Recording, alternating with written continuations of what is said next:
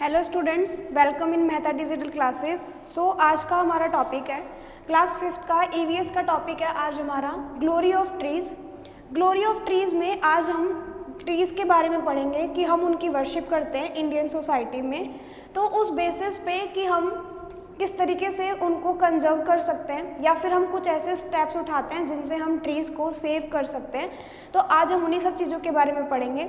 Many trees are worshipped on a different occasion as Amla and Amla Navami and people on the day of the देश माता's fast।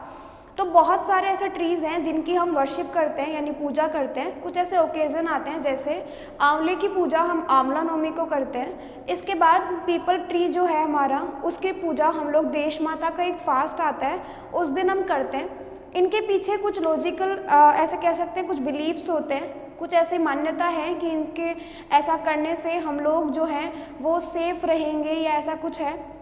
इसके पीछे एक ऐसा logic है जिससे हम ये भी कह सकते हैं कि हम पेड़ों को बचाने के लिए भी उनकी वर्शिप करते हैं ताकि लोग पेड़ पौधों को ना काटें। By worshipping these trees we try to protect them. अब उनकी पूजा करके हम लोग ये करना चाहते हैं कि हम उन्हें प्रोटेक्ट कर लें ताकि लोग उनको काटे ना। Tree conservation programmes are being run by the government to save the forest. और हम जो ट्री कंजर्वेशन प्रोग्राम्स भी चलाते हैं, कुछ ऐसे एनजीओज हैं जो बहुत सारे ट्रीज़ वगैरह ग्रो करते हैं, बहुत सारी मुहिम करते हैं, बहुत सारे कैंप लगाए जाते हैं। गवर्नमेंट भी ऐसे बहुत सारे स्टेप्स लेती है जिससे कि ट्री कंजर्व की जा सके ताकि उन्हें काटा ना जा सके। उसके बाद बहुत टाइम पहले की बात है, an incident happen long time एगो the kind of the Jodhpur.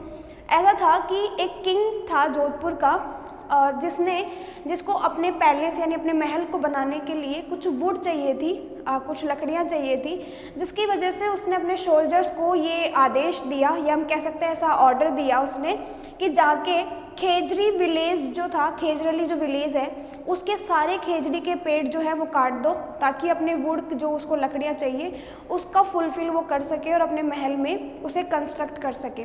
तो इस वजह से उसने अपने सोल्जर्स को ऐसा ऑर्डर दिया। अब उसमें उस विलेज में एक विश्नोई कम्युनिटी जो थी, जो गांव में रहती थी, स्पेशली खेजरली विलेज की ये बात है जहाँ पर खेजड़ी के बहुत सारे पेड़ पाए जाते हैं। और उस खेजड़ी का नाम भी, उस गांव का नाम भी उनके पेड़ पौधों पे ही पड़ा क्योंकि वहाँ बहुत सारे खेजड़ी के पेड़ हैं। तो उस वजह से उस गांव का नाम मेंशन किया गया खेजरली विलेज। इसमें एक विश्नोई कम्युनिटी नाम की एक कम्युनिटी रहती है जो कि पेड़ों को बचाने का काम करती है, या वो बहुत ज़्यादा प्यार करती है पेड़ों से। तो उस वजह से हम ये कह सकते हैं कि उन्होंने ऐसा जो सोल्जर्स पेड़ काटने के लिए आए थे उनका प्रोटेस्ट किया। उन्होंने उस चीज़ का विरोध किया और कहा कि हम पेड़ पौधे नहीं काटने देंगे, हमारे जो पेड़ है खेजड़ी के हम उन्हें नहीं काटने देंगे। और इस वजह से उस बिश्नोई कम्युनिटी में एक लेडी थी अमृता देवी ने ऐसा मुहिम चलाई कि वो पेड़ों के पास जाके चिपक गई और उसने बोला कि हम पेड़ तभी काटने देंगे जब तुम हमें काटोगे, या फिर उसने ये कहा कि मैं पेड़ों को नहीं काटने दूंगी चाहे तुम मुझे ही काट दो। तो इस तरीके से अमृता देवी जो थी वो पेड़ों से लिपट गई और उसने पेड़ काटने के लिए मना कर दिया। उसके बाद जो सोल्जर्स थे किंग के, उन्होंने पेड़ों के साथ साथ उन गांव वालों को भी काट दिया जो उस पेड़ों से लिपट गए थे या चिपक गए थे। उस बिश्नोई कम्युनिटी में कुछ बहुत सारे लोग थे, तो ऑलमोस्ट 363 पीपल्स जो है 363 पीपल्स जो हैं अमृता देवी के साथ उन्होंने अपनी लाइफ को सेक्रीफाइस कर दिया सिर्फ और सिर्फ ट्रीज़ को बचाने के लिए। People got inspired by this incident and launch Chipko आंदोलन। तो इसके बाद में जो लोग थे, जब उन लोगों ने इस इंसिडेंट के बारे में सुना, आसपास के गाँव वालों ने इसके बारे में सुना, तो उन्होंने ये किया कि वो बहुत इंस्पायर हुए उससे कि लोगों ने पेड़ों को बचाने के लिए अपनी जान दे दी। इसके बाद इस इंसिडेंट को हम चिपको आंदोलन के नाम से भी जानते हैं। ये काफ़ी फेमस है हमारे हिस्ट्री में कि इसको हम चिपको आंदोलन भी कहते हैं। Trees give us fruits. अच्छा, हम लोग जो हैं वो पेड़ों को सेक्रीफाइस इसलिए नहीं करने देते क्योंकि कहीं ना कहीं हम उन पर डिपेंड होते हैं, हमें उनसे बहुत सारी चीज़ें मिलती हैं। ट्रीज़ गिव अस फ्रूट्स, हमें उनसे फ्रूट्स मिलते हैं, फ्लावर्स मिलते हैं, हम उनसे ग्रेन्स मिलते हैं, वेजिटेबल्स हमारी सब्जियाँ, वुड, लकड़ियाँ, मेडिसिन्स एंड ऑक्सीजन, जो हमारे लिए बहुत इंपॉर्टेंट है। हम ऐसा कह सकते हैं कि इसके बिना हमारी लाइफ नहीं है। तो इस तरीके से पेड़ पौधों से हमें वो चीज़ें मिलती हैं जिनसे हम अपनी लाइफ चलाते हैं, या हम कह सकते हैं कि अगर पेड़ नहीं होंगे तो ऑक्सीजन नहीं होगी, और अगर ऑक्सीजन नहीं होगी तो हम जिएंगे कैसे। तो उस बेसिस पे हम पेड़ों को हमें बचाना चाहिए और उसे काटने नहीं देना चाहिए। अब इस तरीके से बहुत सारे लोगों ने काफ़ी सारी लैंड भी कंजर्व की। People conserve the land around their village in the name of a folk deity.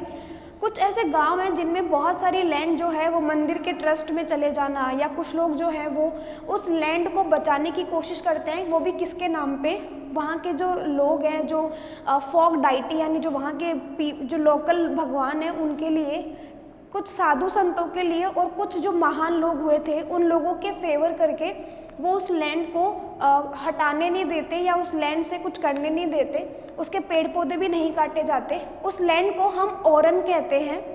People do not cut the wood. अब लोग जो हैं वो इन पेड़ों की लकड़ियाँ नहीं काटते।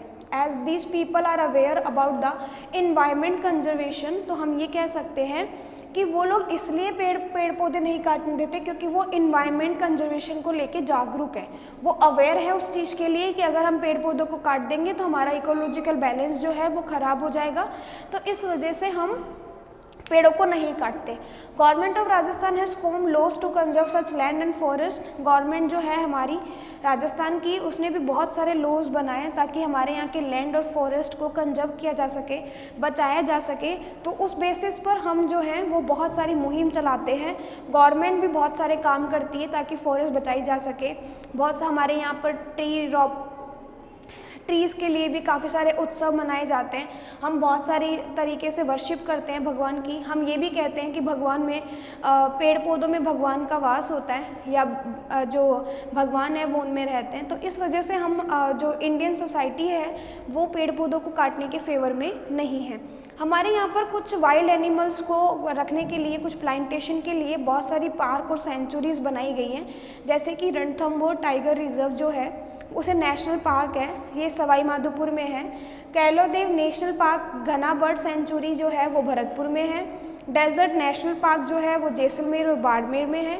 सरिस्का नेशनल पार्क जो है वो अलवर में है। तो इस तरीके से राजस्थान के कुछ डिस्ट्रिक्ट्स हैं जिनके अंदर बहुत सारे नेशनल पार्क और सेंचुरीज हमारे यहाँ पर हैं, ताकि हम वाइल्ड एनिमल्स को, कुछ प्लांटेशन और वेजिटेशन को हम बचा सकें, उनको सेव कर सकें।